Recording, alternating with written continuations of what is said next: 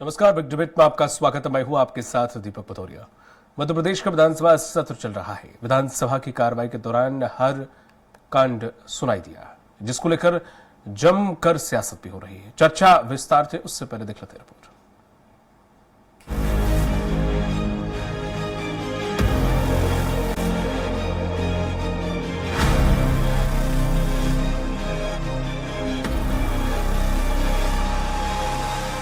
मध्य प्रदेश की सियासत में हत्याकांड की गूंज सुनाई दे रही है। रोज रोज हत्याकांड को लेकर सियासी पारा भी गर्म है।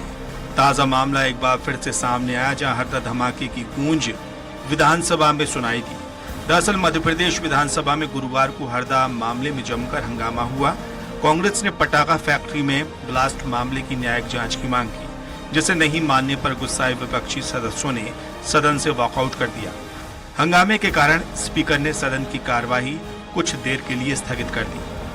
बताया जा रहा है कि विधानसभा में हरदा में पटाखा फैक्ट्री में ब्लास्ट मामले में करीब 1.5 घंटे तक चर्चा हुई। कांग्रेस ने हरदा ब्लास्ट मामले में स्थगन प्रस्ताव पड़ा, जिसे स्पीकर ने स्वीकार कर समय निर्धारित किया। हरदा से कांग्रेस विधायक आर.के. दोगुने प्रतीकात्मक सुतली बम की माला पहनकर विधानसभा पहुंचे। सदन में चर्चा के दौरान उन्होंने कहा, फैक्ट्री मालिक को अगर मेरा संरक्षण था तो मुझे फांसी होना चाहिए। जो वहां मंत्री था उसका संरक्षण फैक्ट्री मालिक को था तो उसे भी फांसी होनी चाहिए। इनके संरक्षण में कैसे चल रही थी इसकी जांच होना चाहिए। इनके ऊपर आपराधिक प्रकरण होना चाहिए। इनको दंडित किया जाना चाहिए। क्यों चल रही थी और कौन नेता के संरक्षण से चल रही थी ये भी देखना चाहिए। कौन सरकार का नेता संरक्षण दे रहा था उसको भी इसमें घसीटना चाहिए। श्रम विभाग के तत्कालीन जो कारखाना निरीक्षक है उनको हटाया गया है। ये अदने अधिकारियों से क्या होता है बड़े इसमें सरकार के मंत्री और सब लोग पुराने जो मंत्री हैं वो भी तो थे उसमें, उनके ऊपर भी तो कार्रवाई करें। वो क्या कर रहे थे, उन्होंने क्यों नहीं किया। तो इस टाइप की बहुत सारी चीजें हैं, इसके प्रॉपर जांच नहीं हो रही है। वहीं चर्चा के दौरान सीएम ने घटना को बेहद गंभीर बताया और कहा कि शुरुआत में तो ऐसा लगा जैसे आतंकी घटना हुई हो। कुछ देर बाद घटना साफ हुई। सीएम ने कहा कि अगर पक्ष विपक्ष तैयार हो तो समिति बनाई जा सकती है। सीएम के जवाब से असंतुष्ट होकर विपक्ष ने सदन से वॉकआउट कर दिया। चर्चा के दौरान नेता प्रतिपक्ष उमंग सिंघार ने कहा कि पूर्व में भी इस तरह की कई घटनाएं हुई हैं, लेकिन पूरे मामले की जांच पर लीपापोती हो गई। इस पर सीएम ने कहा कि जवाब देने में हमें कोई गुरेज नहीं है। जांच निष्पक्ष होगी, जिसकी गलती होगी उसे बख्शा नहीं जाएगा। विपक्ष ने स्थगन लाए तो हमने तुरंत स्वीकृति दी। कहा अगर हमने काम किया है तो हमको स्थगन में जवाब देने में हमको कोई गुरेज नहीं है। और रही बात जांच को लेकर के, तो निश्चित रूप से जांच निष्पक्ष होगी और पूर्णतया सबके गले उतरेगी और कार्रवाई भी उसी प्रकार से होगी। किसी की गलती हुई उसको छोड़ेंगे। बहरहाल हरदा कांड के जख्म नए हैं, हरे हैं, जो कि शायद कभी भरे जाएं। लेकिन इस पर हो रही सियासत कहीं न कहीं सवाल खड़े करती है कि आखिर इस कांड की जांच कब पूरी होगी, दोषियों पर कब और कैसे कड़ी कार्रवाई की जाएगी, या फिर यूं ही सियासत होती रहेगी। सलमान खान, स्वराज एक्सप्रेस। और इसी मुद्दे पर चर्चा करने के लिए खास पैनलिस्ट हमारे साथ जुड़े हुए हैं।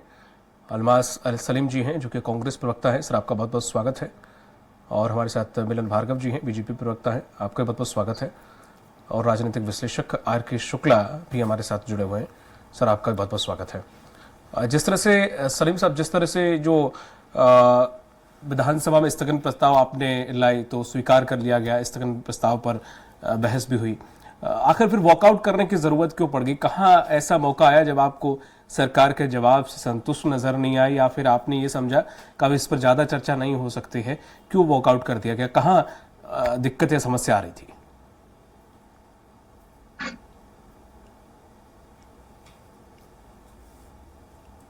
सारे लीडर्स की संवेदना है, लेकिन ये घटनाक्रम जो है इसको हुए लगभग 1 दिन से ज्यादा हो चुका, और उसके बाद भी इस पे कोई कार्रवाई ना बैठाना, कोई जांच प्रक्रिया को शुरू ना करना, इसकी वजह से जो लीडर्स हैं, जो एमएलएज हैं, उनको वॉकआउट करना पड़ा।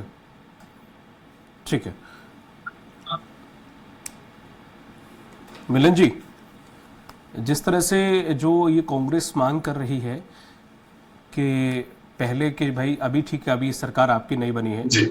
लेकिन पहले तो आप ही के मंत्री रहे थे ना, तो आखिर इतना बारूद के ढेर पर रिहायशी इलाका बसा हुआ, तो आज नहीं कल जो हुआ वो होना ही था। एसपी और कलेक्टर को सस्पेंड कर देने से चीजें हल हो जाती हैं क्या? देखिए, जिस प्रकार की घटना हुई है, जी, इस घटना की जांच होने के बाद इसमें कोई भी दोषी पाया जाएगा वो बचेगा नहीं। लेकिन जिस संवेदनशील और तत्परता के साथ सरकार ने इस घटना के बाद संज्ञान लेकर जो राहत कार्य चलाए हैं, उससे जनता संतुष्ट है। विपक्ष को संतुष्ट कर पाना हमारे बस में इसलिए नहीं है क्योंकि ये लोग तो लाशों पर राजनीति करने का ट्रैक रिकॉर्ड रहा है। जब कोरोना जैसी विभीषिका भी आई थी तब लाखों लोग परेशान थे, तो सेवा छोड़कर ये किस प्रकार के प्रलाप कर रहे थे और किस प्रकार का झूठ फैलाने का काम कर रहे थे, इतिहास के पन्नों में दर्ज है। तो ये हरदा जैसी घटना पर किस प्रकार की संवेदना से इनसे अपेक्षा की जाए, ये मुझे लगता है ठीक नहीं है। क्योंकि आज भी आप देखिए, हरदा के कांग्रेस के विधायक ने किस प्रकार से सुतली बम की माला पहनकर विधानसभा परिसर में घुसने की कोशिश की। मतलब वो विधानसभा में जो इतने माननीय सदस्य और आमजन जो उपस्थित थे, उनकी जान मान के साथ खिलवाड़ करना चाहते थे। मतलब सस्ती लोकप्रियता हासिल करने के लिए इस स्तर तक आ जाएंगे कि सुतली बम पहनकर वो क्या प्रदर्शित करना चाह रहे हैं। जबकि वो जो क्षेत्रीय लोकल विधायक है, स्थानीय विधायक है, उनको तो वहां अभी भी सेवा में तत्पर रहना चाहिए और सारगर्भित चर्चा में शामिल रहना चाहिए, ताकि सरकार के सहयोग के साथ वो किस प्रकार से राहत कार्य में वो सहयोग कर सके। राजनीति करने वाला रहा है, इसलिए लाशों पर राजनीति करते दिखाई दे रहा है। लाशें बिछती क्यों है सर? जो राजनीति करने की बात तो दूसरी रही, लाशें बिछी क्यों? देखिए, आकस्मिक घटनाएं सर, ये कैसे आकस्मिक कैसे, मुझे ये बताइए। अच्छा, आप कैसे आकस्मिक? क्यों नहीं है साहब? देखिए, सर, आप रिहायशी इलाके में फैक्ट्री स्टैब्लिश किए हुए हैं। आपके ही पूर्व मंत्री कमल पटेल जी ने कहा था ये फैक्ट्री एक बार बैन हो चुकी है। स्वराज एक्सप्रेस पे ये रिकॉर्डेड है सर। उसी क्षेत्र में, हरदा में ही, उसी बंदे की, उसी मालिक की 3 से 4 फैक्ट्रियां और चल रही हैं। रिहायशी इलाके में आप बारूद बिछा के बैठे हुए हो, जो कि पूरा मध्य प्रदेश इंदौर का अमला लग गया उसे बुझाने में। सर, वो थोड़ा बहुत बारूद था क्या? आप बताओ। अभी एक और रिसेंटली जो अभी आप बंद कर रहे हो लगातार, अभी 2-3 फैक्ट्रियां और मिली हैं इसी रोड पर, जिसमें ऊपर से हाई टेंशन तार गुजरे हुए, नीचे फैक्ट्री पटाखों की चल रही है। अब नहीं, कल तक बन रहे थे पटाखे। अब आप इसे क्या कहोगे? कुदरती? देखिए, जिस प्रकार की घटना हुई है उसकी जिम्मेदार जवाबदार लोगों पर कार्रवाई की जाएगी, इसके प्रति प्रतिबद्ध है सर। अब तक लेकिन यदि आप चाह रहे हैं कि आपके हिसाब से कार्रवाई हो तो आप बता दीजिए, उस हिसाब से कार्रवाई कर दी जाएगी। मेरे हिसाब से क्यों करेंगे आप? मेरे हिसाब से आप हमारी कार्रवाई से संतुष्ट नहीं दिखाई दे रहा है। मेरा तो सवाल है सर पूछने का। आप कह रहे मैंने उत्तर दे दिया, आप संतुष्ट नहीं है ना। अब ऐसे कहीं और पेटलाबद में सर हादसा हुआ था, उससे हमने सबक नहीं लिया। दुखद नहीं होना चाहिए, सबक लिया। बिल्कुल दुखद है सर, बिल्कुल नहीं होना चाहिए। अब वो बिल्कुल नहीं होने के लिए हमें कार्रवाई करनी पड़ेगी ना सर। उत्तर कैसे दूंगा? आप बताइए, आप लगातार बोलेंगे तो मैं उत्तर दे नहीं पाऊंगा, आप ही बोल दीजिए। चलो ठीक है, आप उत्तर दे ले।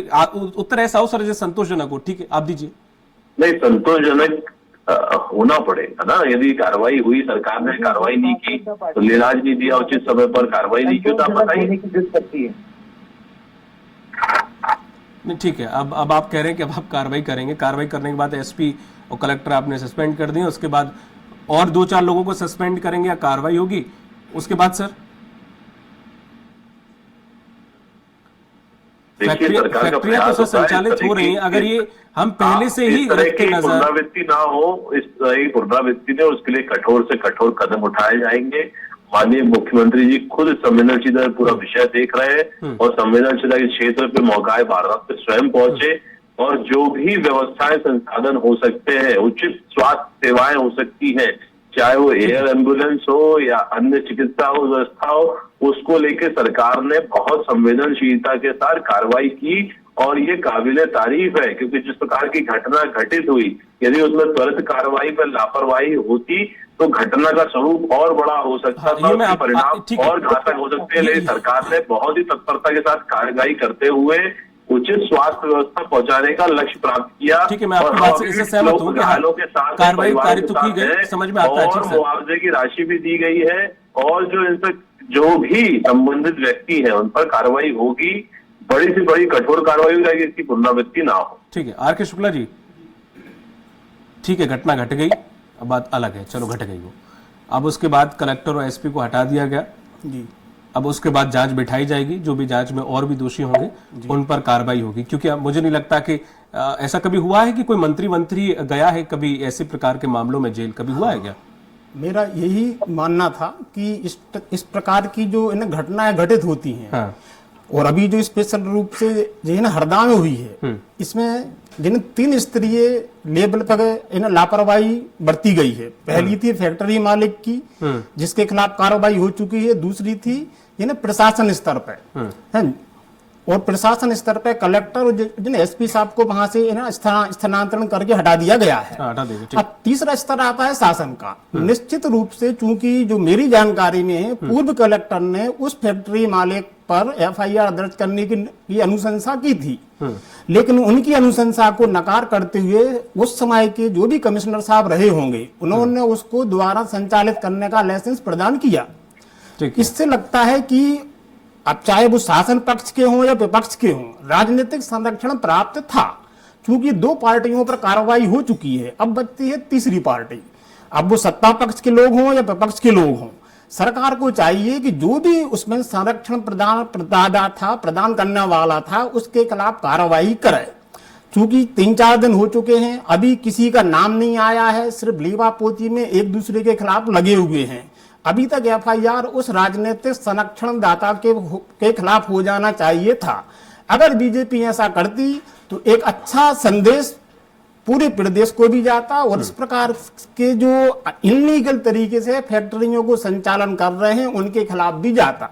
लेकिन पिछले 2 दिन से तो समझ में अभी तक नहीं ऐसा महसूस हो रहा है कि शासन स्तर पर कोई कार्रवाई की गई है। ठीक है, सलीम जी, जिस तरह से देखा जाए इस पूरे मामले को लेकर अलमास सलीम जी कि बता रहे कि अब जो हो गया है वो एक दुर्घटना थी, कार्रवाई तुरंत की गई है, वरना आंकड़ा बढ़ सकता था, बाकी जांच बिठा दी गई, दोषियों को बख्शा नहीं जाएगा। ठीक है, ये स्पीच की लाइन बहुत अच्छी लग रही है। लेकिन अगर वही बात करें, उसी फैक्ट्री के जो 2 मालिक हैं, उनका वर्चस्व इतना था कि ये पहला दफा नहीं था। उससे पहले इन 4 सालों में वहां 5 हादसे हो चुके हैं, इसमें 5 से 6 मजदूर मर चुके हैं, किसी की आवाज नहीं, इतनी दम, इतनी उनकी रसूख थी प्रशासन के अंदर।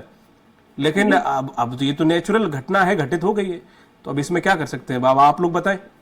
नहीं, मैं पहले तो जो हमारे बीजेपी के मित्र हैं, पहले तो मैं कुछ उनके पॉइंट्स क्लियर करूंगा, फिर मैं आपके सवाल का जवाब दूंगा। सबसे पहला उन्होंने कहा कि भाई जनता संतुष्ट है, कांग्रेस पार्टी संतुष्ट नहीं है, तो उसमें हम क्या कर सकते हैं। मुझे लगता है भारतीय जनता पार्टी के प्रवक्ता को शर्म आनी चाहिए बात कहने से पहले कि जनता संतुष्ट है। आज 11 लोगों की मौत हो गई, लगभग 200 से ज्यादा 200 से ज्यादा इंजर्ड है, और वो कह रहे हैं कि जनता संतुष्ट है।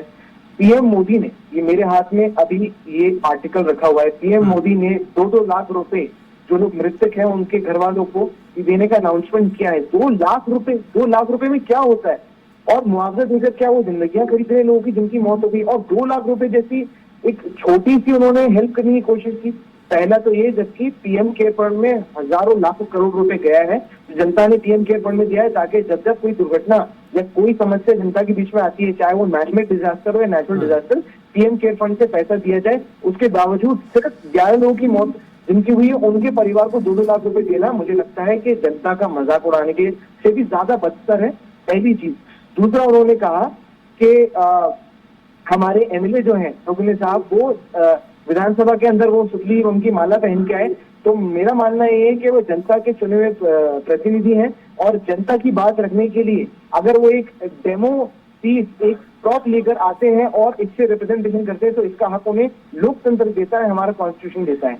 तीसरा, उन्होंने कहा कि कोरोना जैसा जब कोरोना काल आया तब भी भारतीय जनता पार्टी ने लोगों की मदद करी। तो मैं उनसे पूछना चाहता हूं, हमारे भाजपा के मित्र से, कि मोदी जी ने 20,000 करोड़ रुपए का कोरोना के टाइम पे एक मदद का पैकेज घोषित किया था कि भाजपा सरकार 20,000 करोड़ रुपए का एक हेल्प पैकेज देगी। मुझे नहीं लगता आज तक वो किसी के अकाउंट में आया है, किसी को भी उस 20,000 करोड़ के पैकेज से किसी भी तरह की सुविधा उपलब्ध हुई।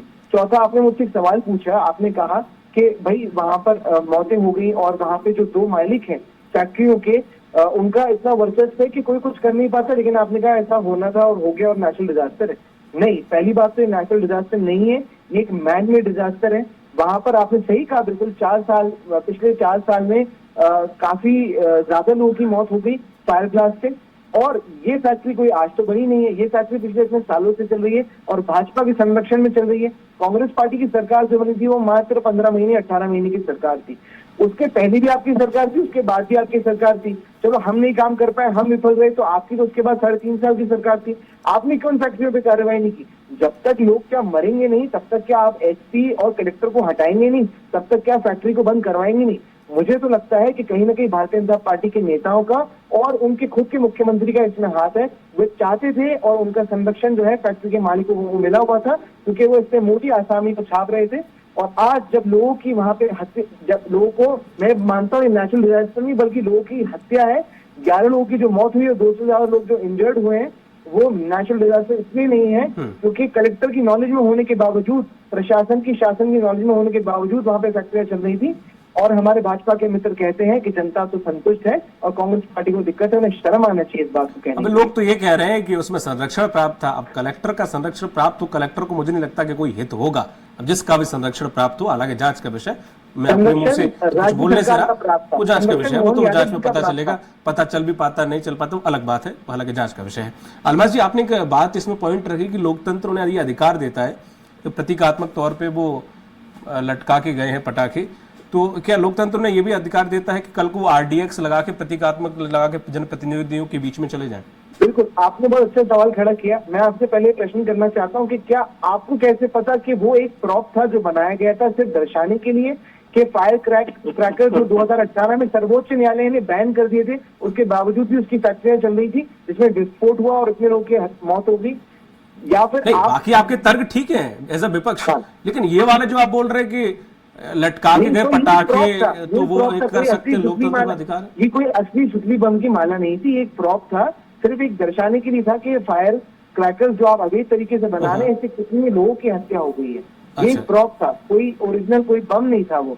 और आपने अभी एक चीज मेंशन की थी कि मुख्यमंत्री साहब ने खुद कहा है कि उन्हें ऐसा लगा कि जैसे कोई आतंकवादी हमला हुआ है।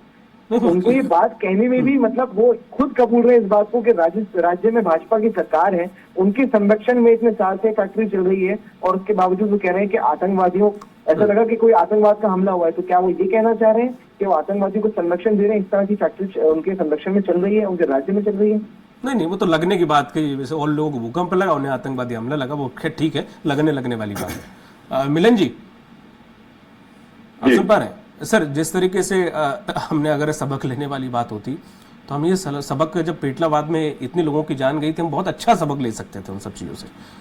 और ये इसमें कोई सबक लेने वाली बात नहीं है सर। एक कलेक्टर को पता होता है, कोई हरदा बहुत बड़ी जगह नहीं थी सर, कि कौन सी फैक्ट्री संचालित हो रही है, कहाँ संचालित हो रही है, इतना तो सर पता होना चाहिए ना। फायर स्टेशन वालों को पता होता है, अगर वहां कोई नजदीक फायर स्टेशन है, कि कहाँ पे एक्चुअली ये जगह होती हैं। दिवाली पे भी वहां खड़ी करी जाती हैं फायर स्टेशन की गाड़ियां, कि भाई यहाँ पे हो सकता है संभावित तौर पर कुछ ऐसा हादसा हो जाए। तो ऐसा हो सकता है कि किसी को नहीं पता हो, इस इलाके के मंत्री को भी नहीं पता हो, किसी को नहीं पता था कि यहाँ फैक्ट्री है, फट जाएगी एक दिन। देखिए, संविधान और कानून से चलती है, कानून के दायरे में रहकर ही हमको कार्रवाई करनी होती है। जब कोई घटना घटित होती है उसके बाद उसकी पुनरावृत्ति ना हो, सरकार ने हर संभव प्रयास किया, लेकिन यदि इसमें कोई लापरवाही बरती गई, प्रथम दृष्टया लग रहा है लापरवाही है, और उस पर कार्रवाई ना कर रहे हो, तो आप बताइए कार्रवाई तो की जा रही है। बिल्कुल सहमत हूं मैं आपसे। अब फिर आप उस बीच में बोल लीजिए। मैं तो सहमत बोला, ये तो मैं सहमत की बोला। अब ये भी ना बोलूं मैं? नहीं, आप क्या हो रहा है, मैं टेक्निकल दिक्कत आती है आवाज। अच्छा, ठीक, कोई बात नहीं, टेक्निकल मैं कुछ बोल रहा हूँ, आप कुछ बोल रहे सुनाई नहीं देगा, दर्शकों को अच्छा नहीं लगेगा। एक एक करके सवाल करेंगे तो मैं आपके सारे सवालों का जवाब देने का अधिकार, ठीक सर, कंटिन्यू। और मैं रखूंगा भी, लेकिन होता है क्या, जब ऑनलाइन जुड़ते तकलीफ जाती है। ठीक सर। अरे इतना तो मेरा एक सुझाव है। देखिए, सरकार जब घटना घटित हुई तो उसके पहले सरकार का धर्म बनता है कि जो घायल हुए उनको उच्च स्तरीय स्वास्थ्य सेवा देना और तत्परता से संवेदनशीलता के साथ जो बेहतर से बेहतर स्वास्थ्य सेवा हो वो उपलब्ध कराना। माननीय मुख्यमंत्री जी के नेतृत्व सरकार ने वो कदम उठाए। तत्काल माननीय मुख्यमंत्री जी ने अपने मंत्रिमंडल के सदस्य राव उदय प्रताप जी को तत्काल मौका वारदात पे पहुंचाया, टीम गठित करके पहुंचाई और जितने भी हॉस्पिटल है पूरे संभाग केंद्र में उनको तैयार रहने की व्यवस्था कर दी। मतलब तत्काल एम्बुलेंस से घटना होती है, उसके 4 से 5 घंटे बाद तो भोपाल में घायल में भर्ती हो जाते हैं। तो इतनी संवेदनशीलता के साथ, तत्परता के साथ सरकार ने प्रथम जो व्यवस्था थी वो घायलों को मदद पहुंचानी। फिर उसके बाद आपकी जब आग पर काबू पा लिया गया, उसके बाद इसमें कौन कौन दोषी है उसकी कार्रवाई की जाएगी, जांच होगी। जांच के पहले हम कैसे फैसले में पहुंच जाए कौन दोषी है कौन नहीं है, ये तो एक प्रोसेस है ना, संवैधानिक व्यवस्था है। उस कानून की व्यवस्था में जांच समिति जांच करेगी और उसमें जो भी दोषी होगा, जब माननीय मुख्यमंत्री जी कह रहे हैं तो उस पर कठोरतम कार्रवाई करेंगे। तो हमको लगता है कि धैर्य रखकर इंतजार करना चाहिए और फिर किसी परिणाम पर पहुंचना चाहिए। ठीक है मिलन जी, यहाँ से आप 100% सही है, मैं 200 भी कह देता हूँ, 200% आप सही है। इससे पीछे चलते हैं, मैं आ रहा हूँ अलमास जी, आप ही के पास आ रहा हूँ। इसके पीछे अगर हम चलते हैं, जैसे आपने कहा कि आप सवाल कर लीजिए, फिर उसके बाद मैं अपने ये साथी प्रवक्ता जो उतर कर रहे हैं तो उनका जवाब भी देना चाहूंगा। हाँ, मैं अलमास जी को भी लूंगा। जिससे आपने कहा कि जो फैक्ट्री थी, उससे पहले हम कानूनी संविधान से सब कुछ चलता सही है, जो फैक्ट्री थी वो एनओसी वगैरह जो उसको मिलती है वो लीगल तरीके से रिहायशी इलाके में इस्टेब्लिश कर सकते हैं। मुझे तो पता नहीं कितने किलोमीटर दूर थी, या रिहायशी इलाकों में जो नॉर्म्स होते हैं एक बारूद वाली फैक्ट्री को चलाने के, उन नॉर्म्स के अनुसार वो फैक्ट्री थी। मुझे तो नहीं पता, मैं तो आपसे पूछ रहा हूं। फैक्ट्री थी उसमें नियम के मुताबिक थी कि नहीं थी, ये जांच के बाद ही पता चलेगा। लेकिन जिस प्रकार की कार्रवाई हो रही है उससे मुझे लगता है कि कार्रवाई का थोड़ा धैर्यपूर्वक इंतजार करना चाहिए कि कार्रवाई नहीं कर रही है, सरकार उनके साथ मिली हुई है, इस तरह का साबित नहीं करना चाहिए हमको। और दूसरी बात, इस तरह की पुनरावृत्ति ना हो, उस दिशा में कठोर से कठोर कदम जो होते हैं उठाए जाने चाहिए। और जिस प्रकार से कुतर्क करके कांग्रेस के हमारे साथी प्रवक्ता कर रहे थे और वो लोकतांत्रिक अधिकारों का बात करके जो उनके विधायक सुतली बम ले जाके विधानसभा में कौन सी हिंसा फैलाना चाह रहे थे, उसके मंतव्य को बता नहीं पाए और उसको लोकतांत्रिक अधिकार बोल दिए। भैया हाँ, आपके पास लोकतांत्रिक अधिकार है।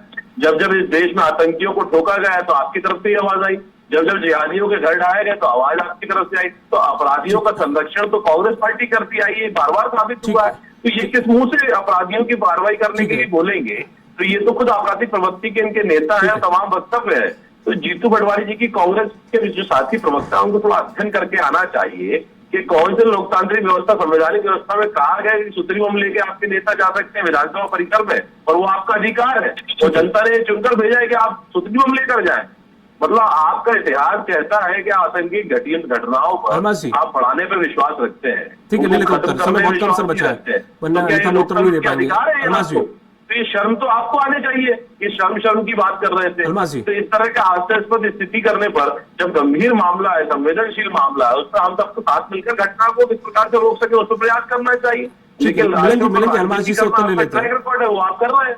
अलमास जी देखिए, मेरे भाजपा के मित्र ने कहा कि उसमें एनओसी मिलती है कि नहीं मिलती, ये तो जांच के बाद पता चलेगा कि मिली थी कि नहीं मिली थी फैक्ट्री को।